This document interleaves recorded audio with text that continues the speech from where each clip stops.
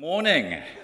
For those of you that maybe I haven't met yet, my name is Jason, and we are starting a new series today, which I will explain a little bit more in a moment, called Wounded Healer.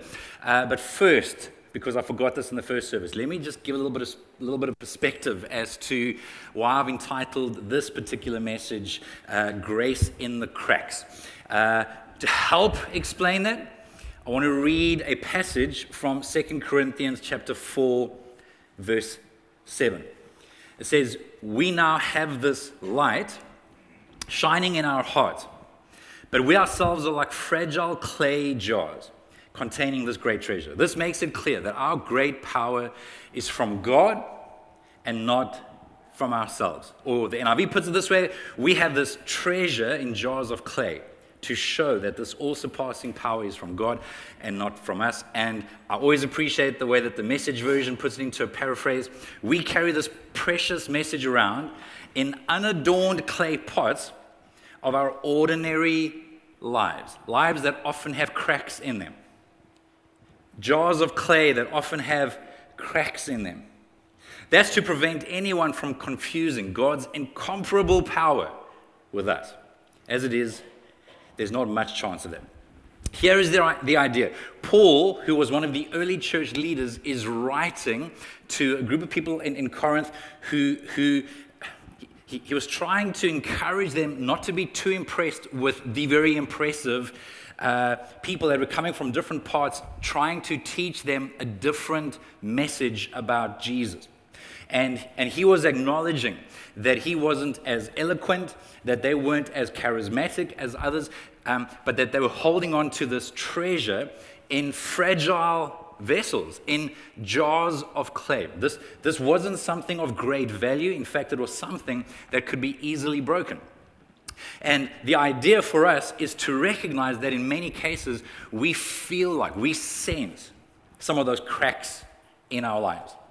And the idea that we wanted to get at today, and part of the larger series, is that God actually gives us grace in those cracks, for those cracks.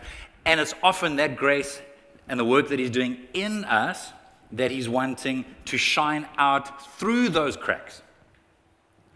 As we allow some of our challenges, weaknesses, wounds, past failures, current struggles, as we allow appropriately to learn the right lessons and to share with the right people in the right way, God is saying, we're not looking to hide those cracks. I'm actually giving you grace for those cracks, and I'm wanting to shine through those cracks so that people actually see my power, that people actually see my grace, that people actually see my glory. That is what Paul was referring to when he spoke about this idea of holding something of incomparable power, of incomparable worth inside of vessels that are rather fragile. Now, I don't know about you. I wish I wasn't fragile. Yeah. I don't mean like just easy to be, I don't mean fragile in like the typical sense of the word. I just mean I wish I didn't have to deal with my humanity. I wish I didn't have to struggle with hard attitudes at times, with things that have triggered or offended, or where you're working through discouragement because of the shadow side of your personality. I think for the most part, we want to be strong, capable, maybe a little bit bulletproof, and able to just fly with strength. Being able to maybe even impress people with strengths. But here's the reality. Most people are not impressed, or rather, they may be impressed with strengths, but very few people are inspired by strength. For the most part, people are inspired when they're talking to somebody or listening to somebody share their story that has experienced a similar discouragement, pain, woundedness. A wrestle over faith, a wrestle over a recurring challenge that just doesn't want to go away, a chronic disease. We've just prayed into people that are battling mental health challenges. When you are hearing from someone that has been through it and experienced the pain, experienced the discouragement, experienced the disappointment, and has seen, and they can speak of how God has carried them anyway. Encouraged them anyway. Maybe in some cases healed them, but not in every case. if you're anything like me, I have been most encouraged, most inspired by people that have been willing to share from some of their scars. Yeah. People that I think it's appropriate to call wounded healers. Now, this term was coined in the 1970s, so just a little while ago, okay, by a theologian, author, professor, priest by the name of Henry Nouwen. He's no longer with us, but he wrote a little book called Wounded Healers. Who here was around in the 1970s? Yeah. Luna, are you confused? Is your math not mathing?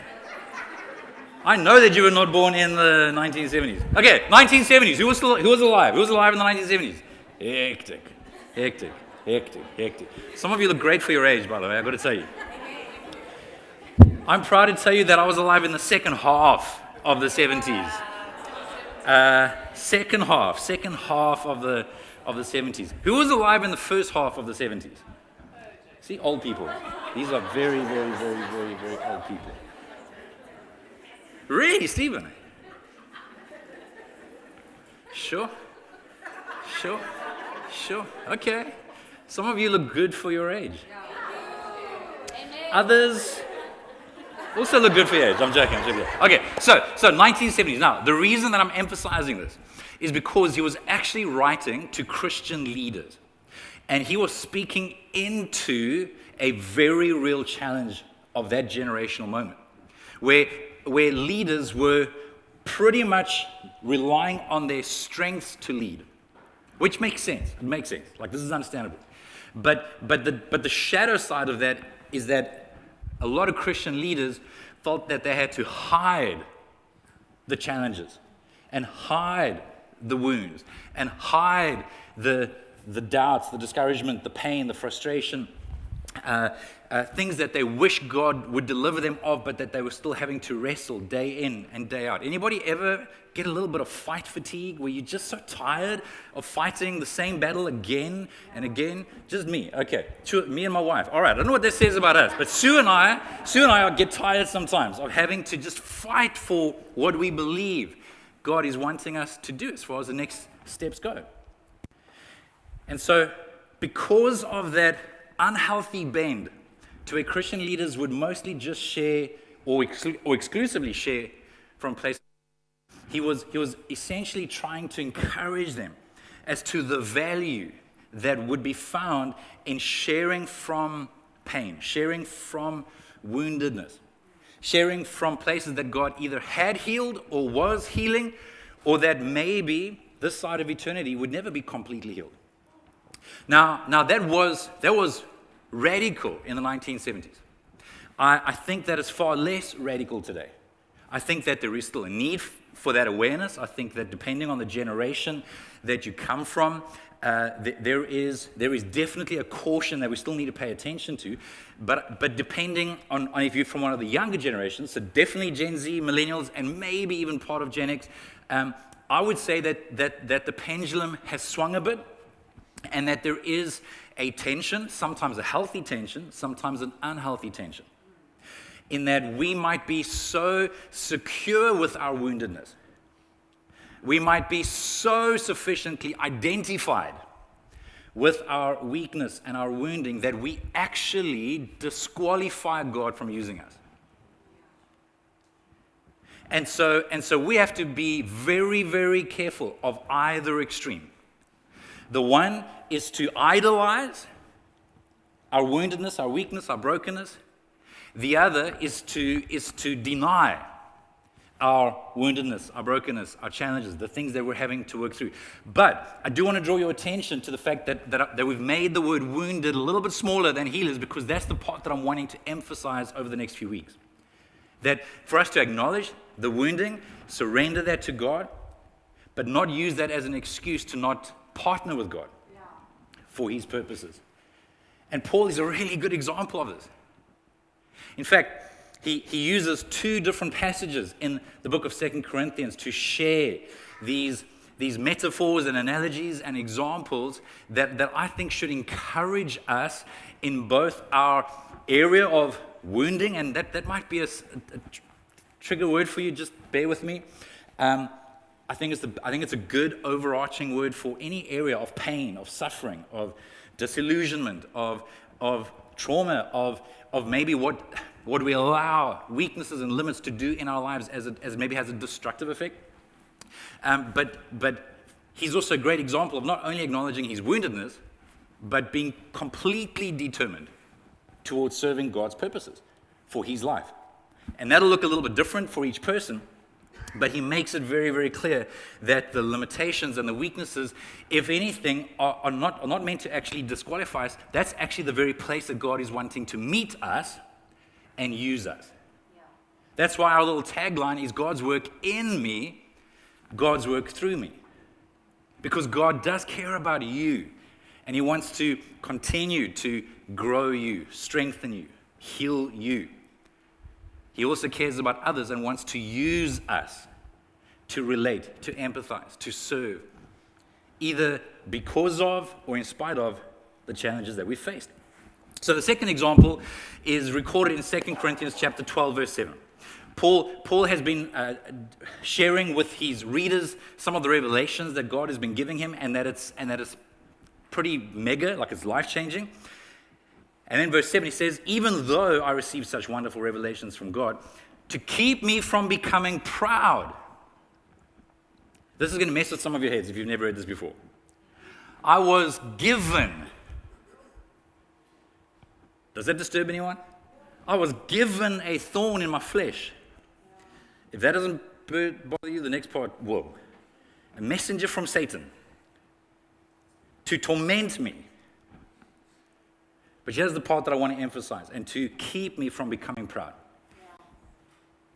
Now, scholars do not know, nobody knows what that thorn was, whether it was mental, physical, an ongoing temptation. We do know that there are other parts in the New Testament where Paul makes reference to having struggled with his eyesight and potentially a physiological disease there. We know that there would have been areas of shame that Paul would have had to continue, I think, to deal with as he remembered being a party to the persecution and martyrdom of people that were following Jesus before he became a follower of Jesus. I don't know about you, but I'd feel a little bit awkward.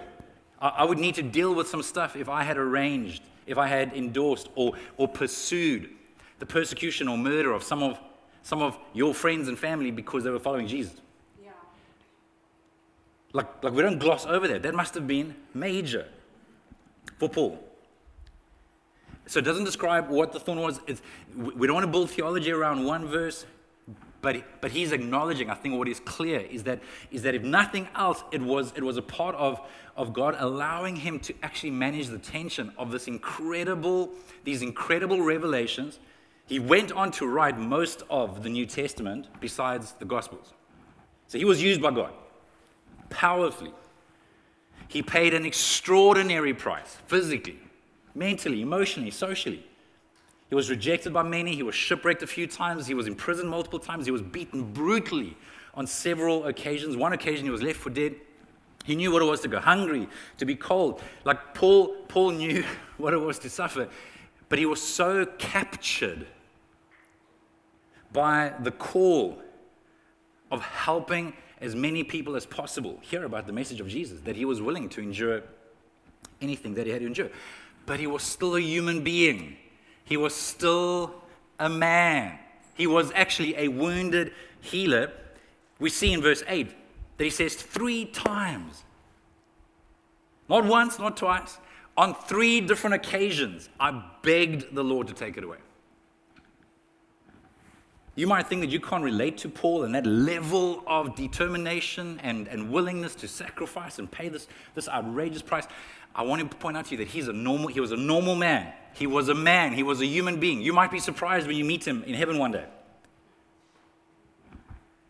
And so as a normal human being, he begged God. Each time, he said, my grace is all you need. My power, God said, works best in weakness.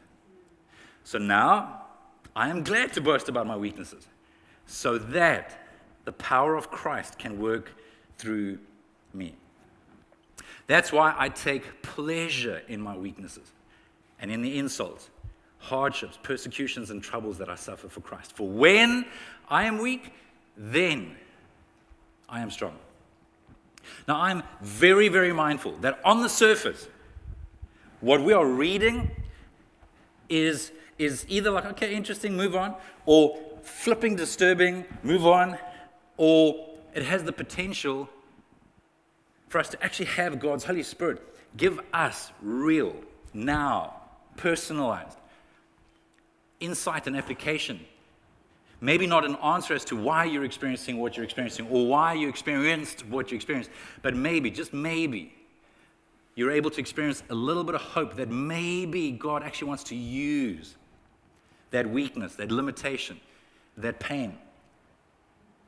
And that it's maybe not in spite of, in some cases, maybe it's because of what you've been through, that God can use you to bring hope and healing to others. I love how the Message version paraphrases these few verses. It says, because of the extravagance of those revelations, and so I wouldn't get a big head, I was given the gift of a handicap. Let's just pause there for a sec. Because that, first of all, handicap in this sense would be generalized. Like, this is not referring to necessarily like a literal physical or mental handicap, but this challenge, this restriction. But for him to call it a gift, I had someone after the first service, share with me how and she was just making reference to extraordinary pain and suffering and loss that she went through for many, many years, in terms of cancer, watching her mom pass away slowly, just about losing her business during COVID, etc. And how now, looking back, and in the years since then, looking back, she can see how much good came out of it, how much it actually caused her to rely on God, to press into God. She wasn't invalidating anything that took place. She wasn't denying it, but she was saying, Jason, truly, the amount of good that came out of it, the amount of reliance that I had to grow in God was worth what I went through. She sees it as a gift. I was given the gift of a handicap to keep me in constant touch with my limitations. Satan's angel did his best to get me down. What he in fact did was push me to my knees. I love that statement. Yes, he has a plan. God's also got a plan. Yes, he wants to get you down. God's like, yes, buddy, let's channel your reliance and faith to me. He wanted to get me down. What he in fact did was push me to my knees. No danger of walking around high and mighty. In other words, it humbled me. At first, I didn't think of it as a gift. Okay, thanks, Paul, you're normal. And he begged God to remove it. 3 times I did that. And then he told me, my grace is enough. It's all you need. My strength comes into its own in your weakness. Once I heard that, I was glad to let it happen. I quit focusing on my handicap and began appreciating the gift. It was a case of Christ's strength moving in on my weakness. Now I take limitations in my stride and with good cheer. These limitations that cut me down to size, abuse, accidents, opposition, bad breaks, I just let Christ take over. And so the weaker I get, the stronger I become. I think it's fair to say that Paul was able to reframe his pain. He didn't deny his pain. He's writing it out. He is acknowledging it full on. He doesn't deny it. He doesn't invalidate it. He doesn't water it down, but he's able to reframe it and say, God is able to do something in me so that he can do something through me. Yes, I've been pressed on every side. In fact, we won't have this on the screen.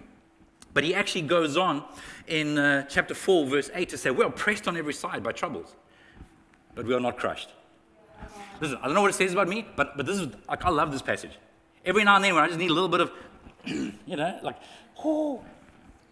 I'm reminded. Paul was pressed on every side,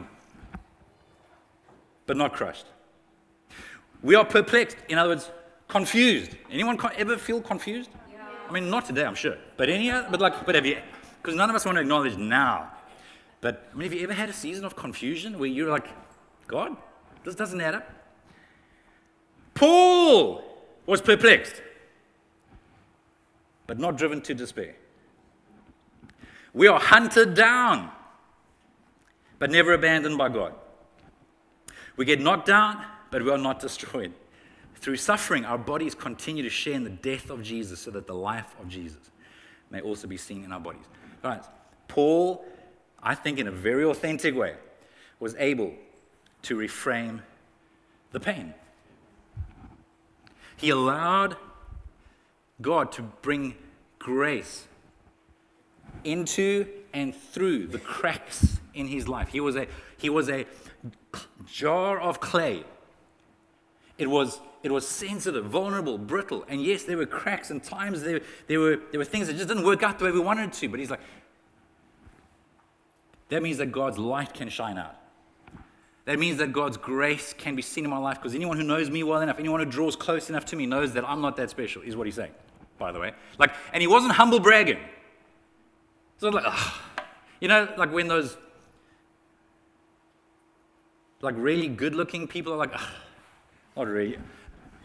We know, you know. No, he's not like humble bragging. Like he's like, guys, I know that I'm not as eloquent, I'm not as charismatic, I'm not as. In fact, in another book, when he writes about his past achievements, which were actually fairly impressive, he's like, I consider that stuff dung, manure, poo. There's another word I can't use. Like those are the synonyms, right? He genuinely placed less and less value on his achievements and more value on the power of God in him, the grace of God in him, what God was able to do in him, and therefore what God was able to do through him. It's possible. I wonder, like I'm saying sincerely, this is a question. I wonder how much God can do through us that we won't allow him to do in us.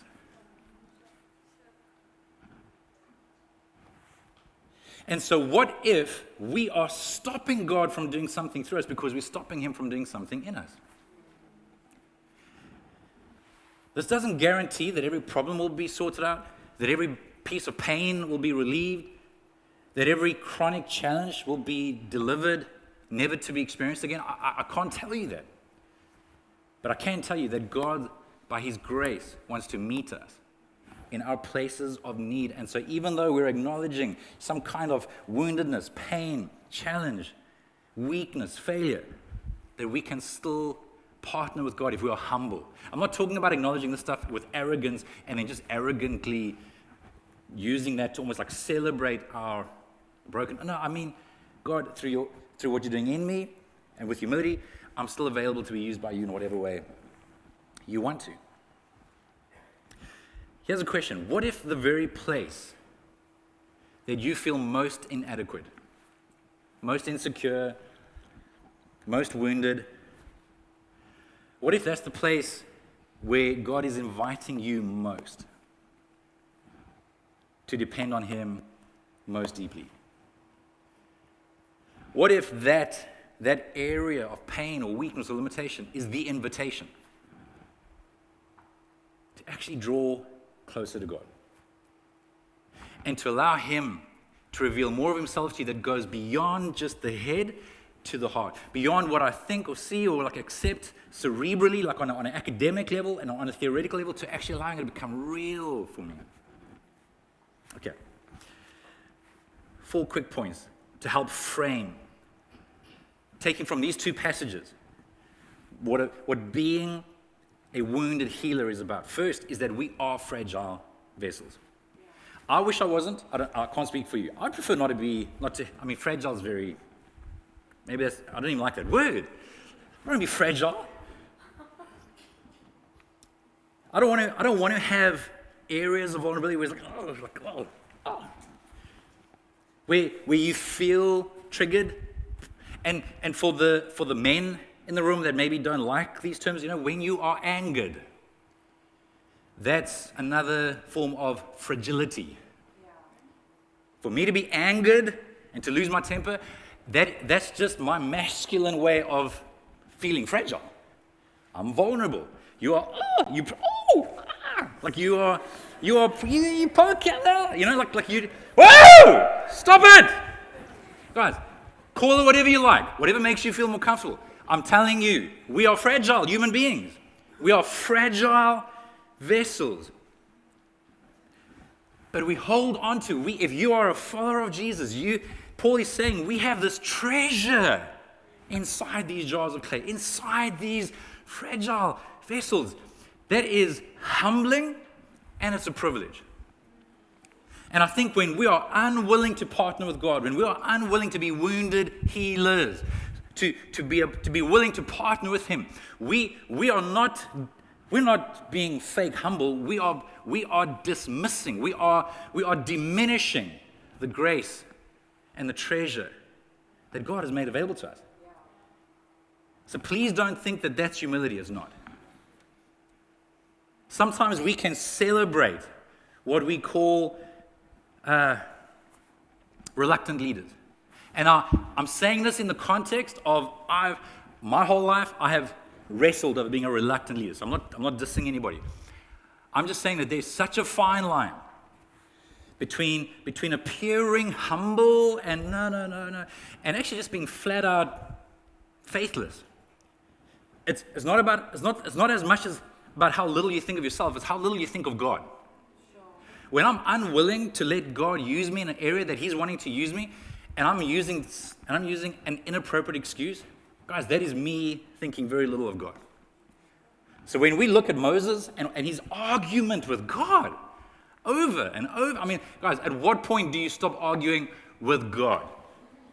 And it's not because God went to the best debate school. He's God. Yeah. Moses is like, I can't speak. God's like, who made your mouth? Yeah. What am I going to say? This is what you're going to say. Every question, every type of excuse he offers, God's like, I've got the answer to that. Yeah. At what point is Moses actually insulting God? That was for free. Just to be clear, God has never confused the container with the treasure. He knows our fragility. He knows our weaknesses and limitations. But He also knows the treasure that He's put into you if you're a follower of Jesus. He also knows the power of the gospel if we will allow it to do a work in us so that He can do a work through us. Secondly, and this is not good news for a lot of us, but my hope is that to be forewarned is to be forearmed. And that to know that you're not the exception maybe just gives you a little bit of hope. Some thorns remain. There are some areas of pain. There are some areas of limitation. And the examples are multiple. And we don't understand why God heals some, but not others. God, why have you healed this part of my life, but not that part of my life? Why have you healed this area, it seems, of anxiety, but not this other area of mental health? God, I feel like you've strengthened something in terms of my identity and security, but God, why do I still feel so triggered, so insufficient when it comes to certain things that I think you're calling me to? Or, God, you've helped me to break this, I think you've helped me to break this habit, this pattern, this addiction, but why am I still struggling with this habit and addiction and pattern? And why am I managing to resolve this relationship, but I'm not managing to resolve that relationship? And so we can live in this tension. God never promised, Scripture never promises us that we will be healed of everything this side of eternity. It does say that there will be healing and that there are lots of people that are healed and that God is able to heal. But the only guarantee of everyone being healed of everything is on the other side of eternity. We are not home yet. When we are home, there will be no more tears. There will be no more suffering, no more pain, no more hardship, no more fighting, no more illness. So we can ask, God, please heal me. Please deliver me. But there are occasions that the thorn stays. And if that's the case, I just want to suggest that it doesn't mean that because the thorn is still there, that God is absent.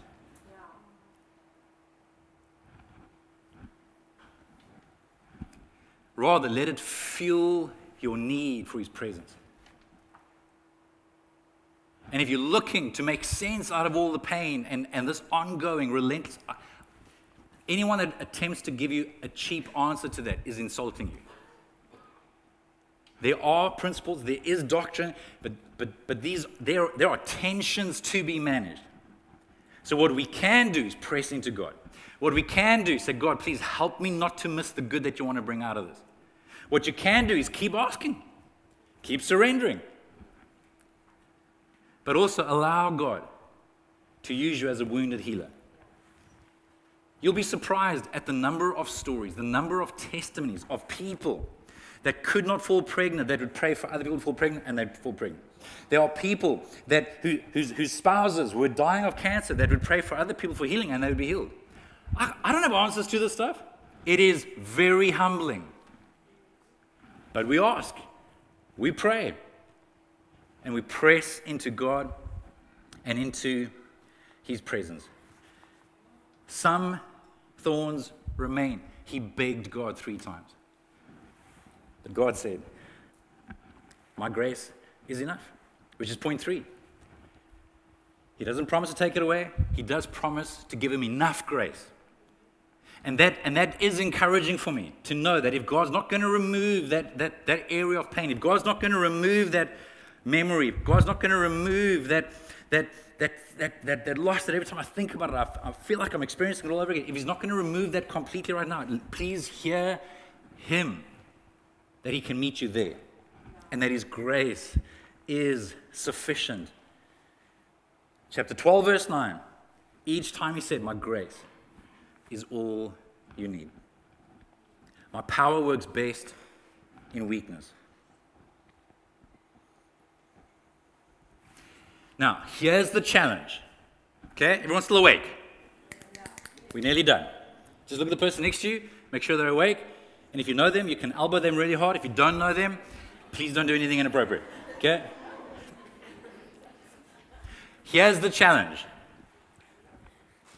To surrender to God's grace is not passive resignation. It's actually very active. It's a determination to press in. Guys, I think it's fair, Jesus, for me to say that for the 2 of us, I don't think we've ever been more burdened, more consistently to pray. We are so aware. And the point is, practically, I know more than I've ever known. I've got more experience than I've ever had. And I'm more aware than I've ever been of how much we need God to do what only God can do. In our own lives, in the lives of those we love and care for, in our church, in our community, there are things that we're praying for in our community where I'm saying, God, I can think of all the reasons why that won't work, but if it's you. So it's not passive. It's actually an act of pressing in.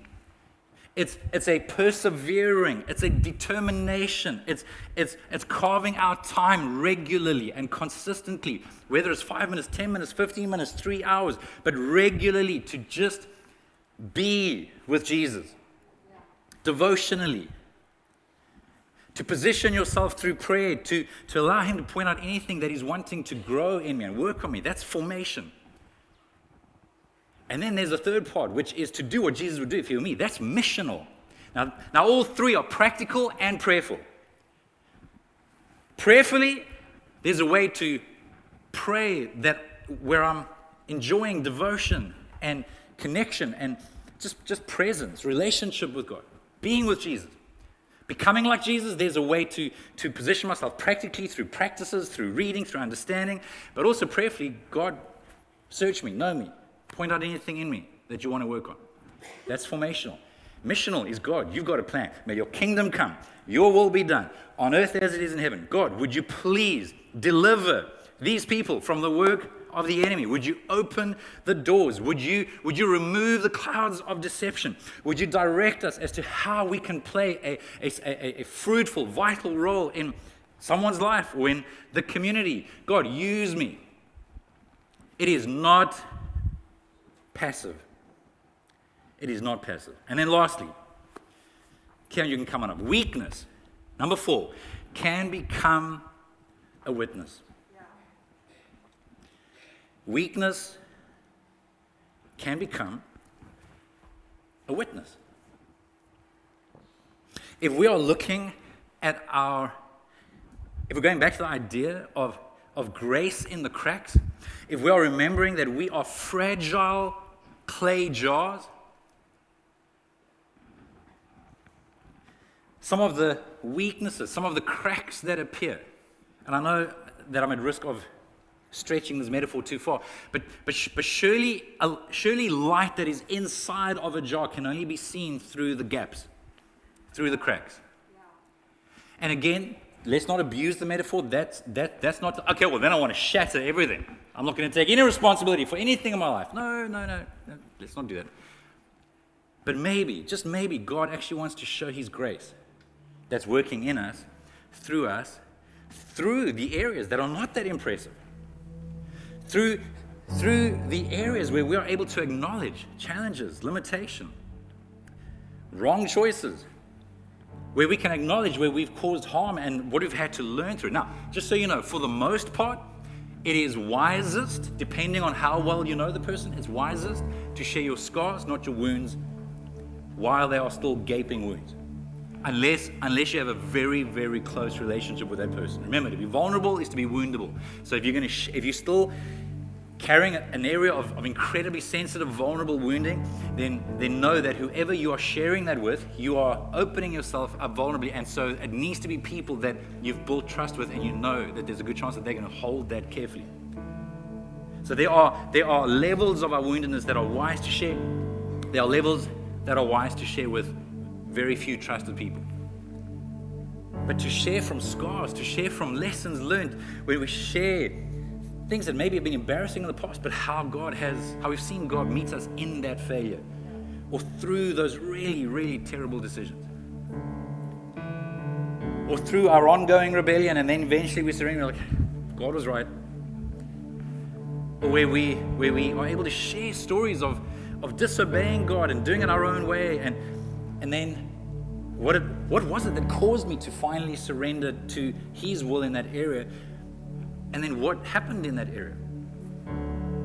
Or to acknowledge certain limitations.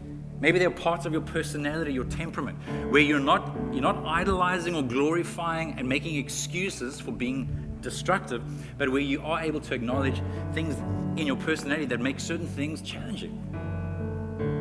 Like if you're an introvert, to be able to share what it looks like to still love people in a meaningful way while knowing that I have a more limited social capacity than maybe somebody else. So I'm not excusing not loving anyone or serving anyone or connecting with anyone, but I'm acknowledging how I try and increase my capacity to love some people. Or if my temperament and personality is very social, very charismatic, very extroverted, how I steward that, and then how I make sure that I also do some deep personal work, where I'm not just living on the surface all the time and just living distracted, like how God's had to make me aware that there are times where I do need to go deeper with some trusted people, and where I need to carve out some time to reflect and prayerfully allow God to do a work in me. Weakness can become a witness. I am so encouraged by the numbers of people that I've seen over the years that because they grieved a loss, like a death, a loss, that they've in turn been able to comfort and walk with and hold space with others when they're experiencing that grief. Or where people, I would guess, I don't know for sure, but I would guess that most people involved in any kind of recovery system are people that have at some point in their lives needed to recover from an addiction. And so they're allowing their pain, their journey, their woundedness to become a source of hope and healing for somebody else. Our weakness can become a witness. So here's my question to you.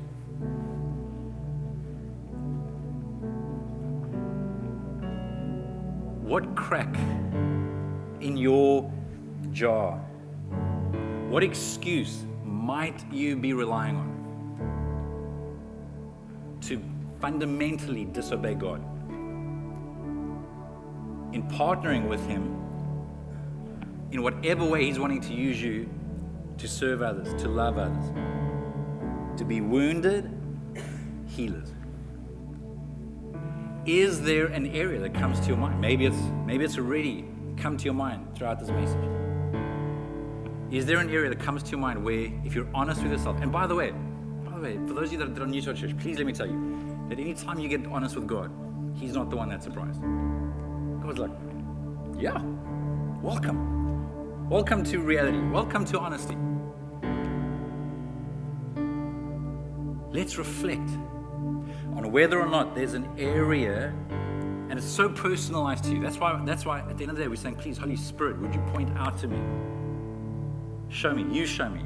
I'm sure if I think of a list, there's probably 400 things that I could do.